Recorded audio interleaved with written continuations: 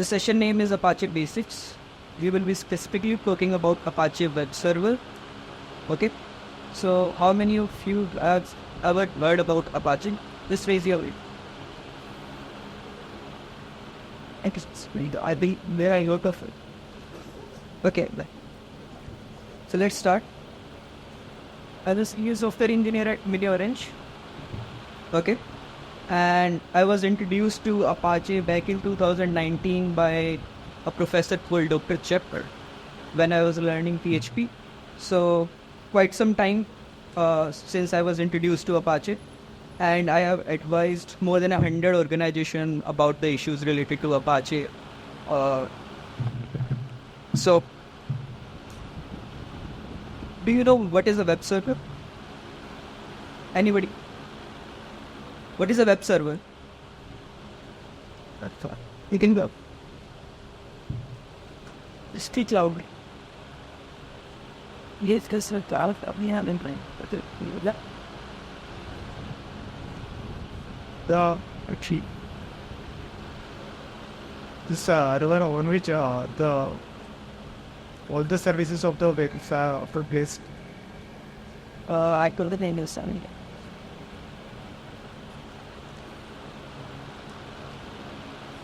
The server on which we place our projects. So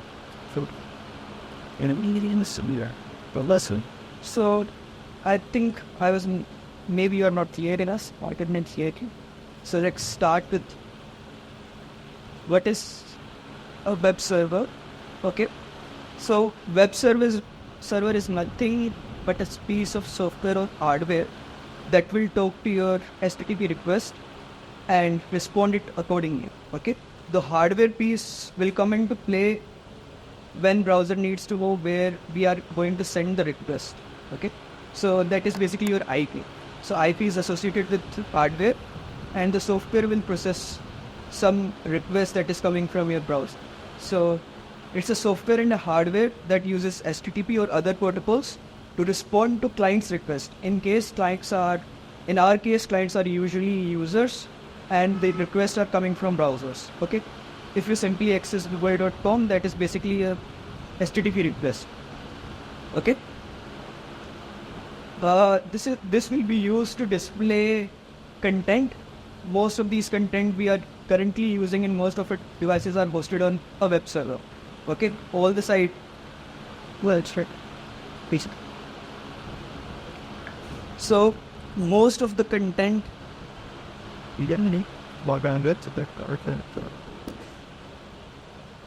Okay, so most of the content that we are seeing right now on our phones or laptops that is connected to internet is using a kind of web server to display that content. Okay. So if you could see this diagram, it is clear, right? In the back. Is it clear?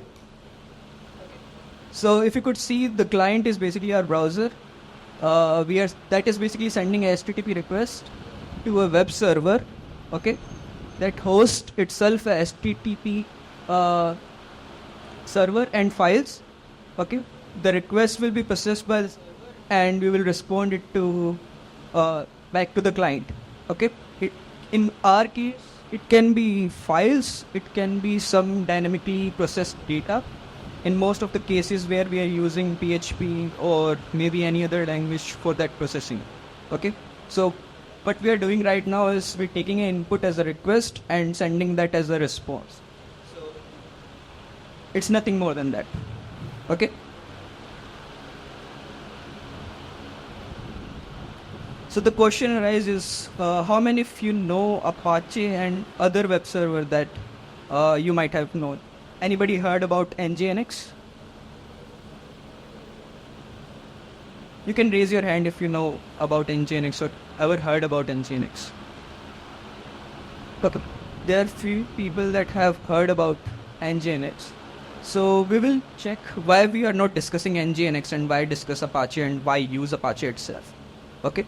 So let's see why we are using Apache itself and why we are discussing it, not NGINX or any other web server.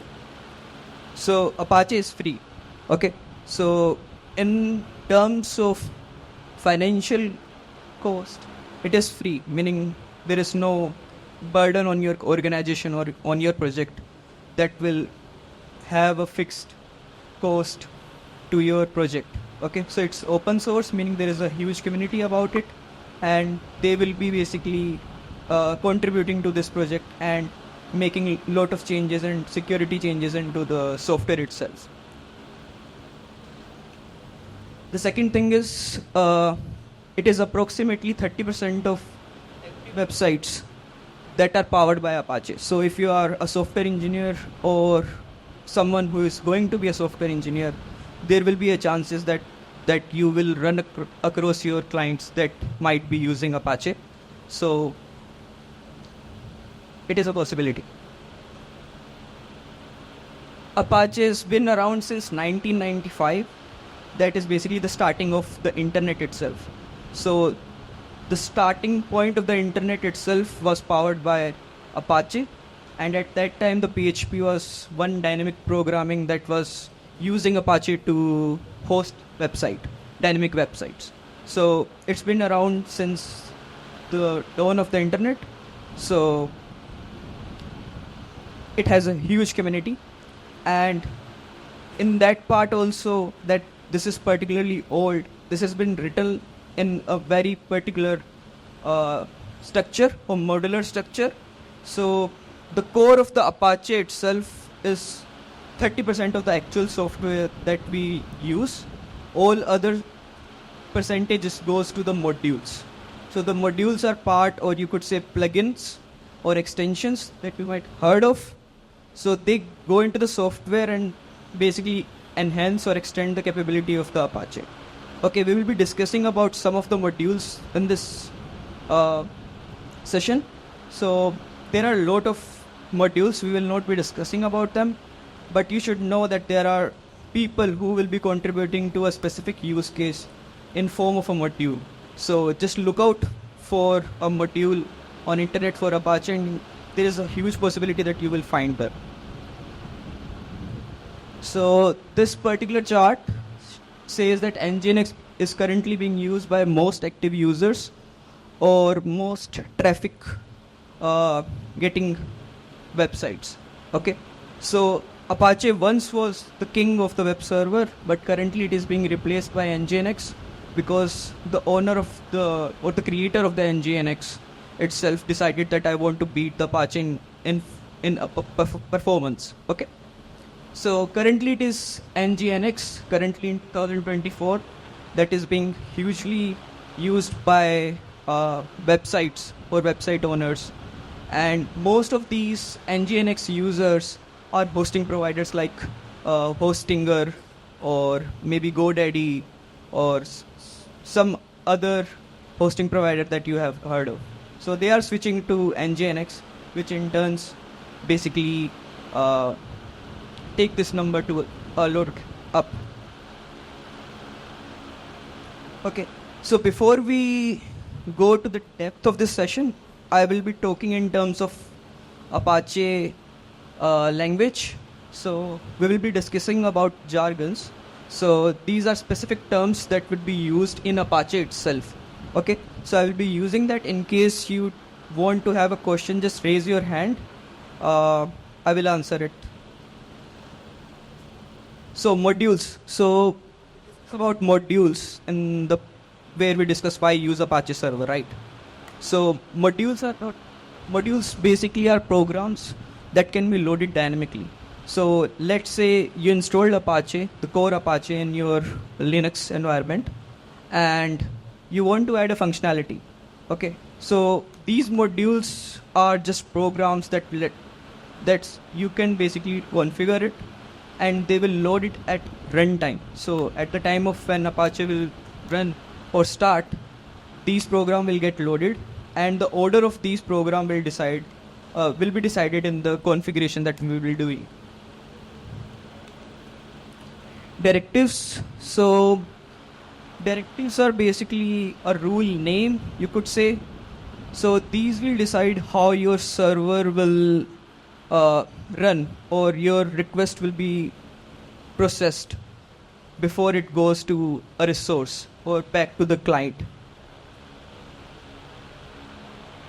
Virtual host, this will be, I think, how many of you have heard about virtual host? I think this is a very common term. I see a lot of people from the miniOrange itself and they are not raising hands. कुछ गलत सिखा रहे हैं क्या हम? Virtual host तो बताया होगा ना यार. ठीक है. So virtual host is something, rather than saying it is a term, it is basically a practice of running multiple websites on the same server. Okay.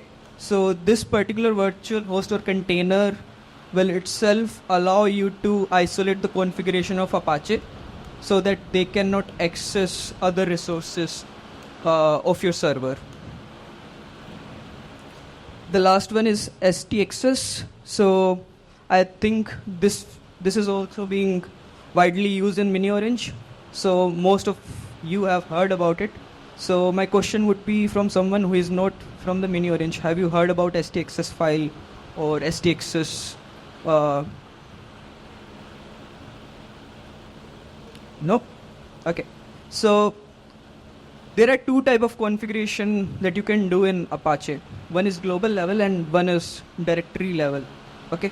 So the global level configuration will be decided at the runtime when you start the Apache.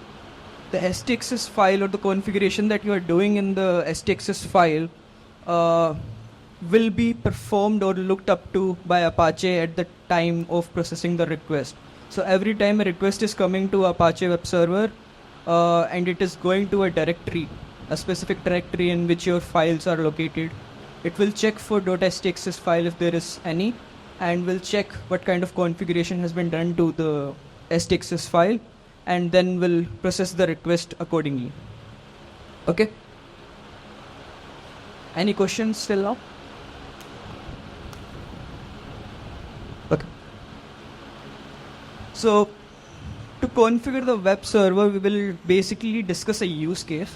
This particular use case has been, you could say, a bit more popular among someone who is using two stacks to building an website.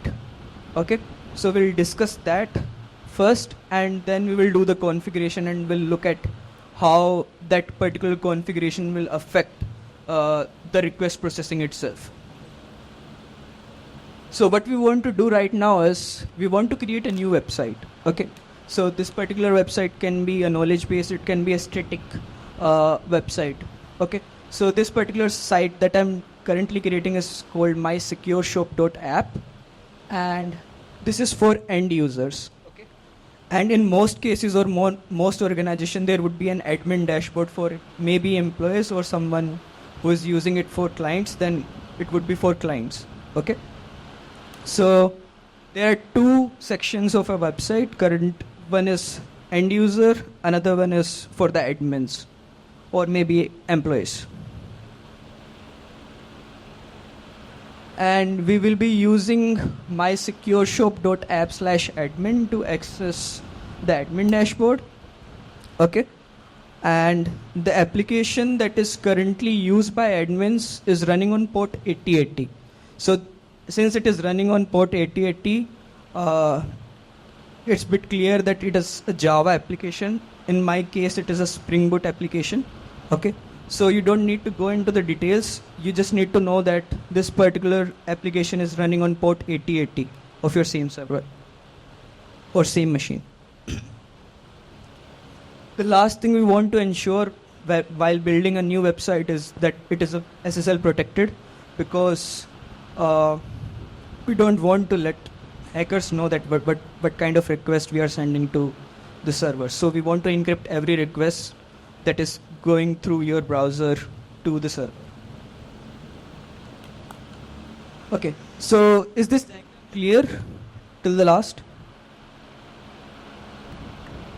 Okay, so going back to the case, I have my site, mySecureShop app. This is my client. Okay, user 1 and user 2. These are basically end users. So mySecureShop, and the third user is mySecureShop/admin. That is basically our admin user. Okay, so the request will go to the internet.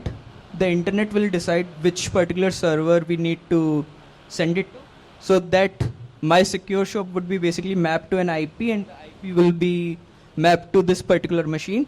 So the internet will know that this particular request will go to my server. So if you could see that we have two kind of requests that are coming to our servers. One is in red and one is in black. So is that color differentiation visible from the last row?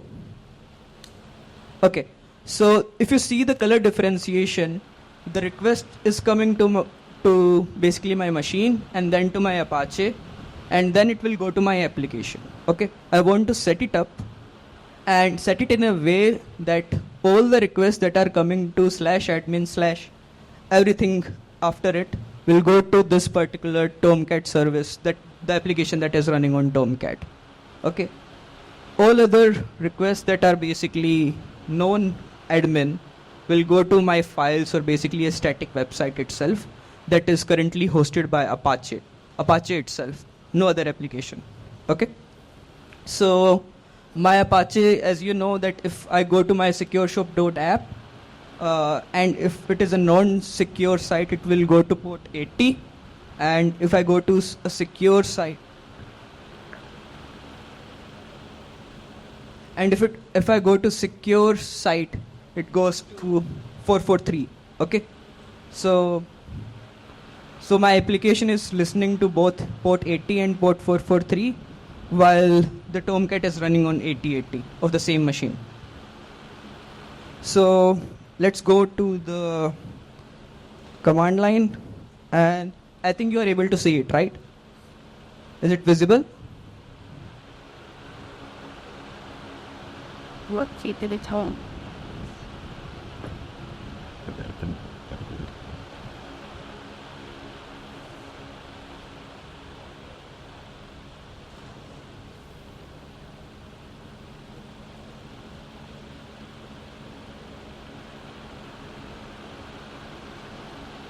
Did it stay yet? Is it visible now? Okay, so if you could see, I'm in currently this is a Ubuntu machine. Okay, the directory structure of this particular Apache can be different from what kind of machine you are using. Okay, it can be different for CentOS, it can be different for Windows, it can be different for Mac, and what kind of distribution that you are using of Apache. So for Pitnami, it could be a bit different, but currently I'm using the default the default structure of the Apache itself. So it is currently in etc/Apache 2. This is basically my Apache configuration folder. Okay. So we will check what kind of directory structure it have and what files it contains, so that you can either debug the issue if your client is facing it, or you can configure it. Okay, so if you could see, there is a main file which says apache2.config. Is it visible from the last row? Okay, so this is main file where we will basically configure the global level structure of the configuration. Then there is a folder which says conf available. This is basically configuration that are provided by Apache distribution itself, and these are available to us. Okay, if you could see, there is another folder which says conf enabled. So apart from these available configuration, we have an option in the Apache itself to enable it. So as long as these configuration are not enabled, it will not have any effect. Same goes for modes available and modes enabled. So there are some modules that are by default provided by Apache, and we need to enable them. Same goes for sites available and sites enabled. These are virtual host configuration that is provided by Apache, and you can enable them. If you are creating a new website on the same server, then it is a standard to do it in sites available first, and once you have verified the configuration, then enable it. Okay, We'll not do it from the scratch, but I have done some configuration already and I will explain it to you line by line. Okay, in case you have any question in regards to that, just raise your hands. Okay? Any client doesn't need to tell this data.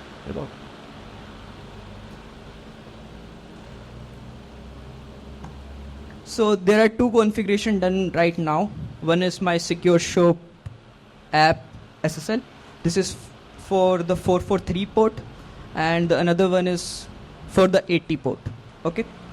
So since it is a SSL verification part, we will go to the SSL configuration.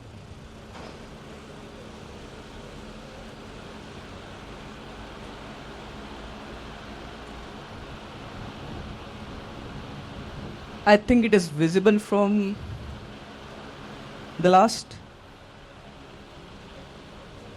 Okay. Then it's like the week 2 minutes got the deep. If you see the first line of this particular configuration is checking that if SSL module itself is available or not. Okay. If it is not available, then there is nothing to do about SSL verification. So we'll jump out of this particular section and go back to show an error, maybe a 503 error or 403 error, whatever error that you have configured in the default Apache configuration. Then the section which says virtual host star 443, that is basically saying to Apache that you have to listen to 443 port, and this doesn't have to do anything about the request itself. You need to specifically define that Apache should wait for on 443 port to respond to the request. Okay, so we are just telling that there is a virtual host that is running that would be listening on 443. The server name is basically a directive. It tells this particular virtual host is named mySecureShop.app, and since it is running on 443, meaning that https mySecureShop.app will be processed according to these configurations. Okay. Server alias is something that you should use in case you have any other kind of domain that should be accessing subdomain, you could say, to access your site. So in my case, it is currently www. So www.mySecureShop.app should also point to the same server, and same configuration should be used for this. Okay. Then we will do the SSL configuration. So before forwarding that particular request to our Tomcat, if you remember the diagram. So if you remember this diagram, we are sending one request to Tomcat and another one is to Apache. Okay. So all the requests that are coming to our server are first coming to the Apache itself. So SSL verification would be done at the Apache level itself, and then all the requests that are going to Tomcat would be processed by Tomcat. So if you could see the three lines which says SSL engine on and SSL certificate file and SSL certificate key file, these are basically SSL configuration or keys or certificate that would be used to verify or decrypt your request. Once the SSL verification is done, our request is decrypted. We can go back and check what kind of configuration we need to do for the admin section. By default, if we don't do any configuration, Apache will basically go to the document root that is defined on top of it, which says var www and html. So I think this is a bit clear that we are processing the admin request, and all the other requests would be goes to document root, and we will move to the configuring the proxy part. So in this diagram, if you could see, there is Apache, right?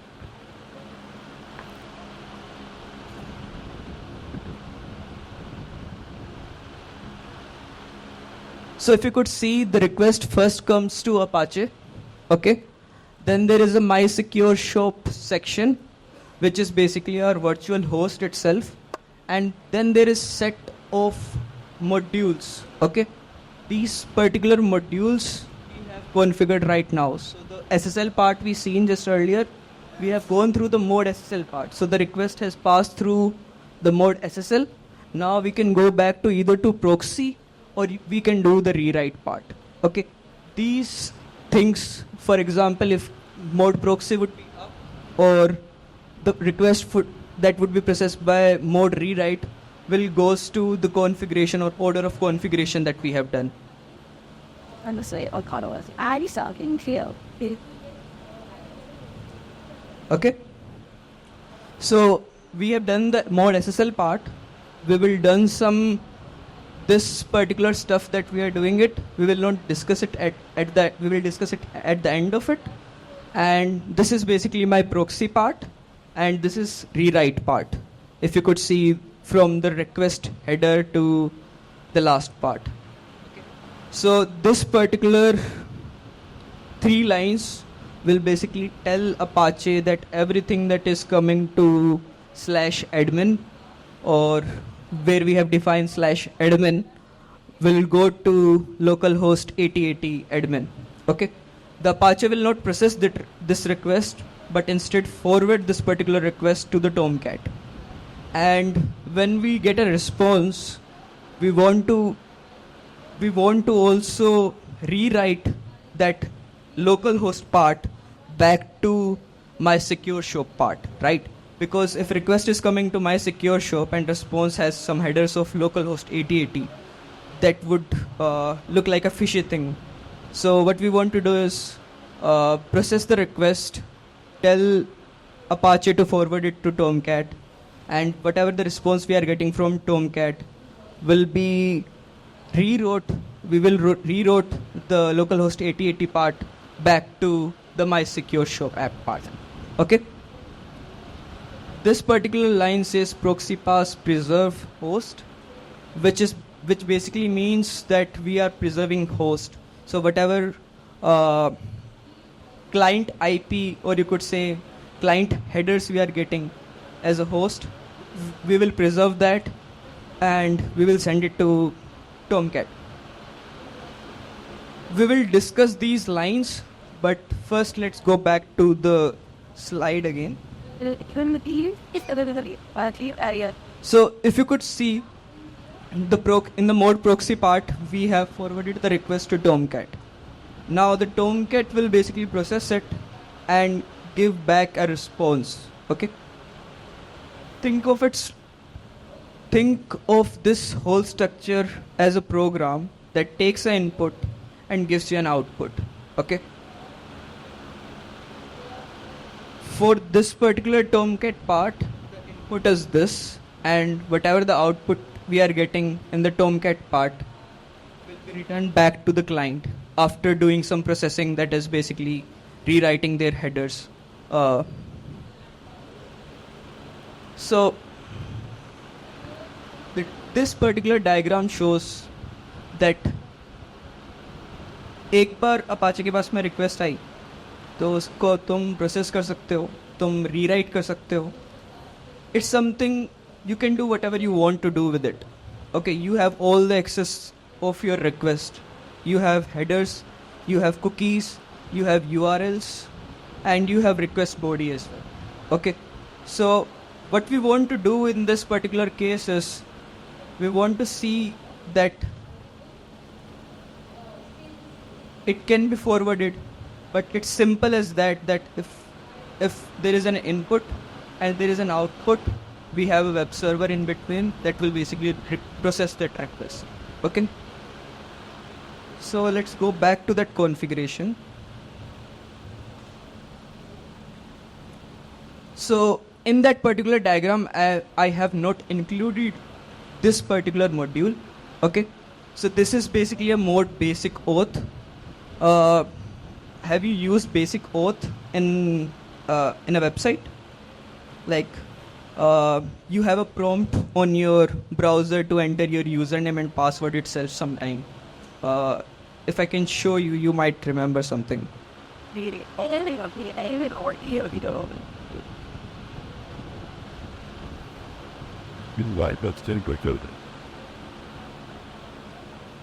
squat. And because that I was like, what? You out, you out, you out.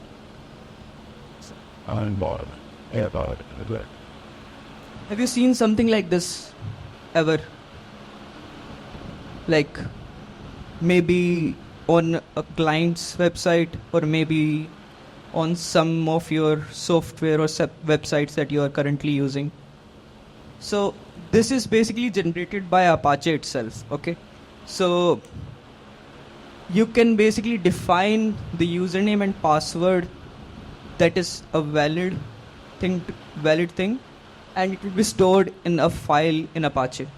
Okay, you can define the path where that particular file will be located as well. You can also define the username and the password as well. So for that particular diagram, I have this particular site which says my secureshop.app.admin, and if you could see this, I have done the SSL verification, so the site was visible through HTTPS, and this particular pass says that I need a basic authentication to allow the user to request these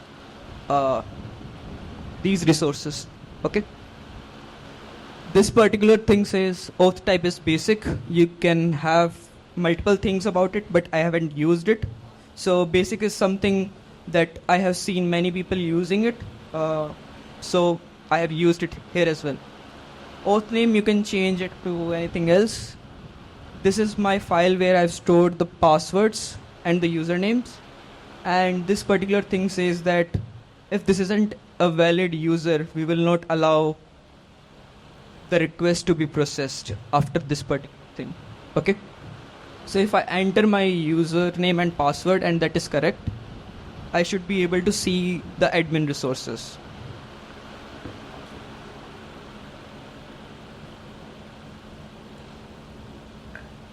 So here is my admin dashboard. This is also, you could say, I'm not good at design, and this is not made by me. This is from GitHub. So this is my admin dashboard. Okay. So now let's go to our end user site, which is just my secureshop.app. And if you could see, this is an end user site. I didn't have to do any kind of authentication here or anything like that. This is a static site, simple HTML, also from the GitHub. Okay. So what we wanted to do is we have a same domain and we have two sections of our site. Okay, one is serving HTML and another is serving Spring Boot application. So this is kind of nice thing to do. And let's go back to that configuration. Okay. The last thing is, as I said earlier, once you have the request, you can do whatever you want to do with that particular request and send a response back. So the response would be valid or not, it depends on you. But the thing is, processing the request with Apache is very easy. So for example, I'm setting headers in here. Okay, so in every request, I'm sending these headers. So to the proxy, this is sending it to the proxy, to my Tomcat server itself. So this particular line says request header set x forwarded host, and this particular section which says HTTP host is basically saying that set the name of the header to x forwarded host and set the value to whatever that is coming from the request itself. Same goes for all these lines as well. I have set extra header here which says set miniOrange HC. It's a random thing. So this part shows that you can also process headers. You can also process request body and the request URI itself. So if you want to add a get parameter in the proxy, you can add that as well. I think that's it from the configuration part. Anybody have any question till now? I will ask questions then. So we didn't deal with that quite so it was like it's still all of though I think we didn't give our just what he thought. Experience. Yes. The at least dizzy at least we had Not txt file. Basically it's plain text, but you could say it's in base 64 encoded.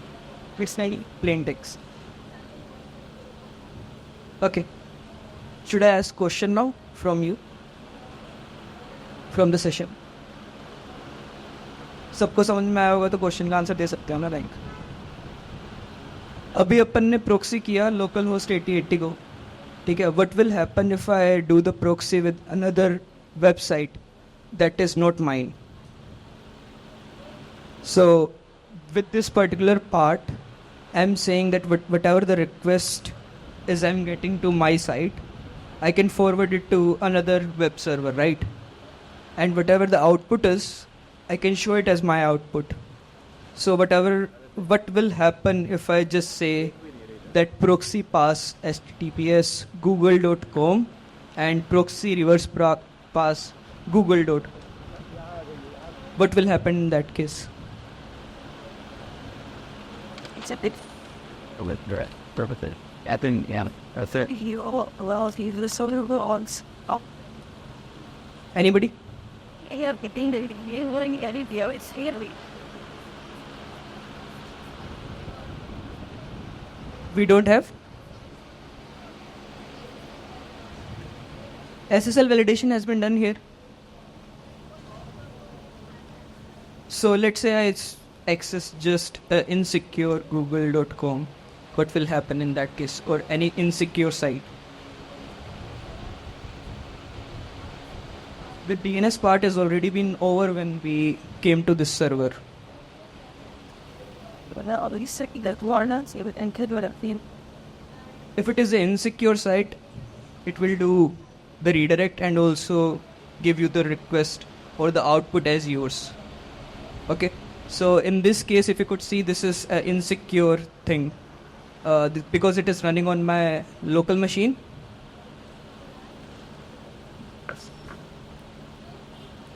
So if you could see, this is currently running on my local machine. But if it would be an insecure site itself, then for that particular site, my forwarded request would be a valid request, and the output of that request, that is basically the HTTP response, would be a valid response for this particular server as well. Okay, so that's why it is necessary to have SSL verification. Okay, because in that case, if we have the SSL verification on, then this thing would not work, and you can basically have your site protected for these kind of frauds. So there is a session called Why Hackers Love Reverse Proxy by Kalpesh. I think you should go to that session to learn more about these kind of things that can happen. I think that's it from my side. So I think we have not seen the mode rewrite part. Okay, so the mode rewrite part will come into play when we have to upgrade the insecure request to a secure request. Okay, in that case, what will we do is we will take the request URL and add HTTPS on that and redirect to that particular site. So on the HTTPS, we have already our virtual host listening to that 443 port, right?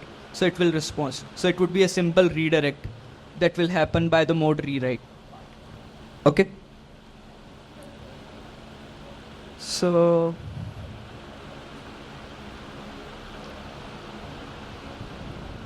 let's go over to the solution part, what we have done till now and what we have learned. So we created a virtual host to isolate the configuration that we are doing that for my secure shop app, right? And we used mode SSL for SSL verification, okay? And mode rewrite was used to basically upgrade the request to secure connection, okay? And the last part was basically mode proxy. And mode proxy HTTP modules were used to set up the reverse proxy of the admin path itself. Okay? David, I explained that there is each other they get EPC or various for enter guarantee. In the current case, we are only using Apache for SSL verification. We used it for reverse proxy. We used it for the site 1 itself. So this particular site, if you could see that, this is also being responded back by Apache, not by Tomcat. Okay, so let's go back. So in this case, if you could see my secure shop.app, so in that case, this is being served by Apache itself. So that particular site itself is a static site.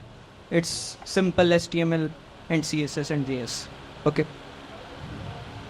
Yeah, but it's still working to everything. It's really important. Why can't we send the direct request to talk? Everything on the is all simply as a link.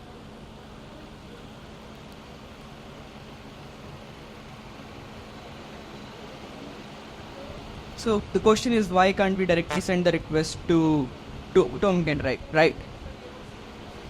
Obviously we can. In our current scenario, it was running on port 8080. Okay, so if it is port 8080, you cannot just go to my secure shop.app. You need to basically append something like this, right? And that too is basically pointing to 443 port because there is HTTPS in it. Okay, so this particular thing would be very nasty for the end users, right? They usually don't remember your website name itself, and they surely will not remember that they need to put in some extra numbers in it.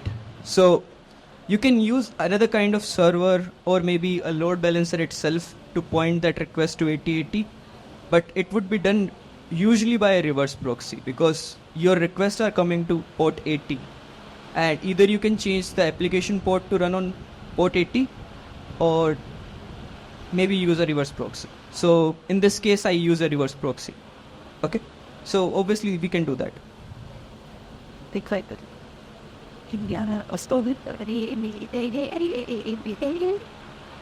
Any other questions?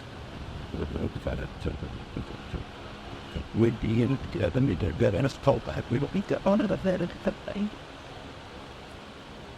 I will go mix me. I want to be again to will like use like make this. Yeah, so if you have seen some sites where you go to http.example.com, right? If we are not using the mode rewrite, what will happen in that case is your server will respond to that particular request.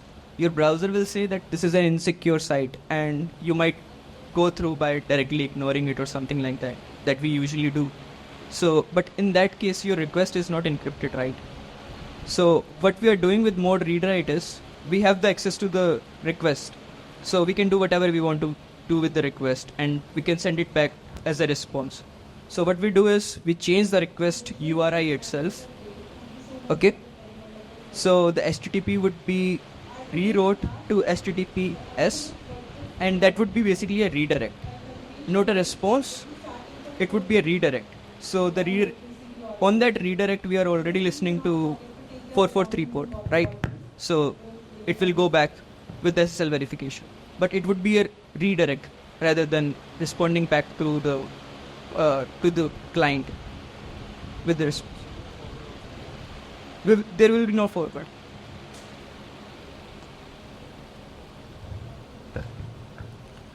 Okay, so I gone through this. This is basically sums up our use case solution. If you don't have any questions, then thank you for attending the session. In case you want to give a feedback or for the content or maybe for me, do it here, and thank you.